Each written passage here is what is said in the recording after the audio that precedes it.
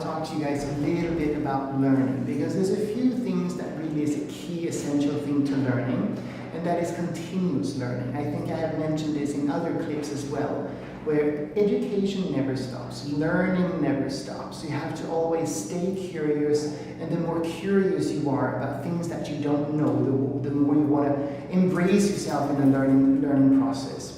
And I think the key is a little bit about continuous learning is how far do you want to take your career? Do you want to stay in a salon? Do you want to teach? Do you want to go on an international platform? And I think if you want to look further and go for an international platform, that learning aspect is vital. And that doesn't mean only skills of your trade, it means also skills of being observant, looking into cultures, to phenomenon, to social activities, what happens on the web, what goes on in movies, what happens with interior design, is that oversensibility of curiosity that is a key factor. What you obviously has to do also, because the more you do, the more you listen, the more you do and advance in your career and profession, people expect more of you, and you have to deliver that as well.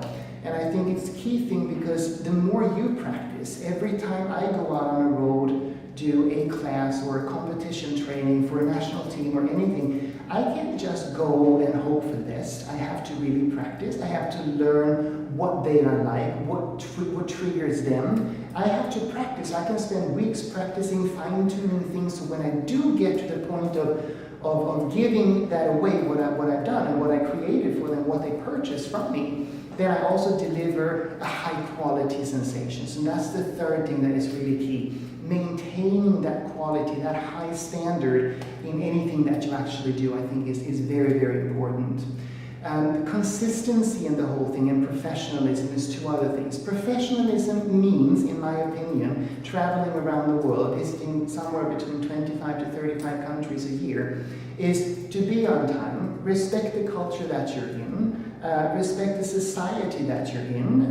Even if you bring new things to their culture, to their whatever it may be, you have to also be very open-minded and see what works and what doesn't work, to be very conscious about your surrounding and how behavior and mannerism works in that particular country. The consistency is the final thing that I think is part of this. I mentioned dedication is also key, but I think consistency is, if you're going to maintain in a profession that is very compatible, very competitive in a sense, everyone compares to everyone, because these days we have our social media, we have Twitter, we have YouTube, we have Instagram, we have Facebook, we have an endless parade of where everyone can see everything, to notice everything. So the consistency of you as an educator, I think, is vital.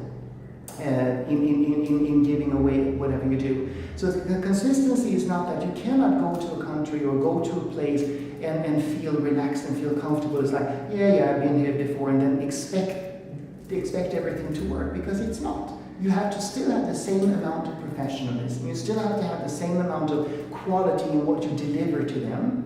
You still have to have your practice run, because you need to know exactly what you need to do. And that means I have to have done research on every aspect before I go to any place, in order to make sure I deliver this and keep consistency, because what people buy is consistency, but they also buy that little bit of grade above the perfection that you delivered last time. So it's a good incentive, because it pushes you as an educator, it pushes you as a designer, because you have to learn to think out of the box. You have to think more and harder and better than the people that you're visiting, in order to give them guidance, because that's what they usually buy it when they buy an international artist, because you should have a wider range. So I think that your heritage and your culture is not a negative thing. I think it's a tremendously positive thing to carry with you. Exploit it, show it, demonstrate it, but also leave it a little bit on the side, because you need to embrace whatever culture, whatever new thing that comes into you or into your life as you actually run through going to different places. So I think these are a few key things that I found over my career, spanning over almost 27 to 30 years of traveling. As I said, 25 to 35, 40 countries a year, is continuous learning. You need to always practice. Stay in tune with all the mechanics. Go to shows, see what's happening, try them out, copy it, learn it, understand it, make it your version, make it better. Yeah? Dedication and quality needs to go into, because you need to deliver anything in a tremendously good quality.